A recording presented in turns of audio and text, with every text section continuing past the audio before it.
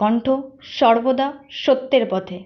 কলকাতার আরজিকর হাসপাতালের ইন্টার্ন ছাত্রীকে যেভাবে নৃশংসভাবে খুন করা হয়েছে তারই প্রতিবাদে গর্জে উঠেছে সারা রাজ্য, সারা জেলা, পাশাপাশি গ্রামগঞ্জের সাধারণ মানুষও রাস্তায় নেমে প্রতিবাদ জানিয়েছেন।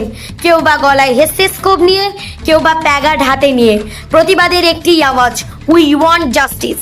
বীরভূম জেলার রামপুরহাট 2 নম্বর ব্লকের ব্লক স্বাস্থ্য কেন্দ্রের সমস্ত ডাক্তার এবং স্বাস্থ্যকর্মীরা এছাড়াও এলাকার মানুষ পথে নেমে প্রতিবাদ জানিয়েছেন।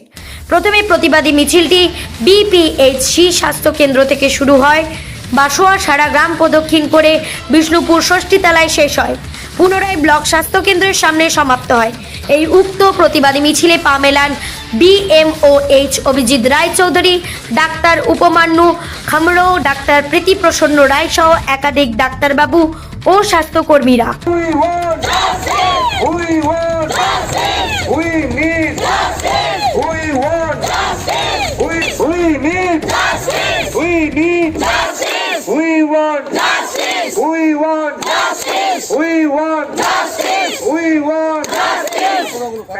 আপনাদের এই যে বিক্ষোভ মিছিল, যদি সঠিক জাস্টিস না হয় আরজিকর কাণ্ডের, আপনাদের আগামী দিনে কর্মসূচি কি রয়েছে?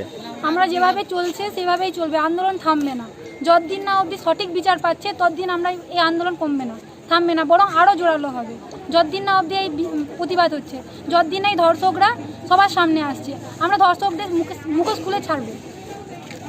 আরজিকর কাণ্ডের ভার সিবিআইয়ের উপর হস্তান্তর করা হয়েছে, আপনারা সিবিআইয়ের উপর কতটা আশাবাদী? আমরা সিবিআই তদন্তের ওপর সম্পূর্ণ আশাবাদী এবং আমরা হচ্ছে যে সম্পূর্ণভাবে জানি যে সিবিআই হচ্ছে যে সম্পূর্ণ নিরপেক্ষভাবে হচ্ছে যে এটার বিচার করবে।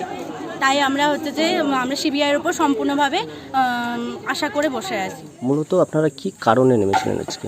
আরজিকরের যে ধিক্কারজনক, লজ্জাজনক এবং ন্যাক্কারজনক ঘটনা ঘটেছে তার জন্য আমরা ধর্ম, রং, বর্ণ নির্বিশেষে এই পদসভা, এই মিছিল আমরা বের করেছিলাম আজকে। তদন্তের ভার সিবিআইয়ের উপর হ্যান্ড ওভার করেছে, আপনারা কতটা আশাবাদী যে নিরপেক্ষ তদন্ত হবে? আমরা অনেকটাই আমরা পুরোটাই আশাবাদী যে তদন্তের ভার সিবিআই ভালোভাবেই করবে এবং রবিবারের মধ্যেই আমরা যাতে আসামিদের গ্রেপ্তার করে তাদের চরমতম শাস্তি দিতে পারি, এটাই আমরা সবার কাছেই চাই।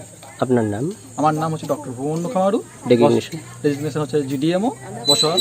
খুব কর্মসূচি চলছে সারা রাজ্য জুড়ে, যদি সঠিক জাস্টিস না পান তাহলে আপনাদের আগামী দিনে কর্মসূচি কি রয়েছে?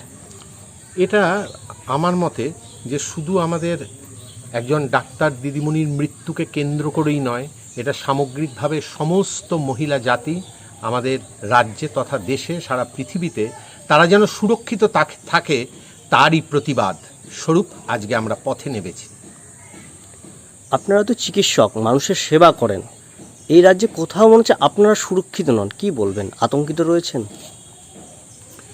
অবশ্যই কিছুটা আতঙ্কিত রয়েছি এবং আমরা বীরভূমের মারগ্রাম থেকে ক্যামেরায় অয়ন মণ্ডলের সাথে সৌগত মণ্ডলের রিপোর্ট, বীরভূমের কণ্ঠ।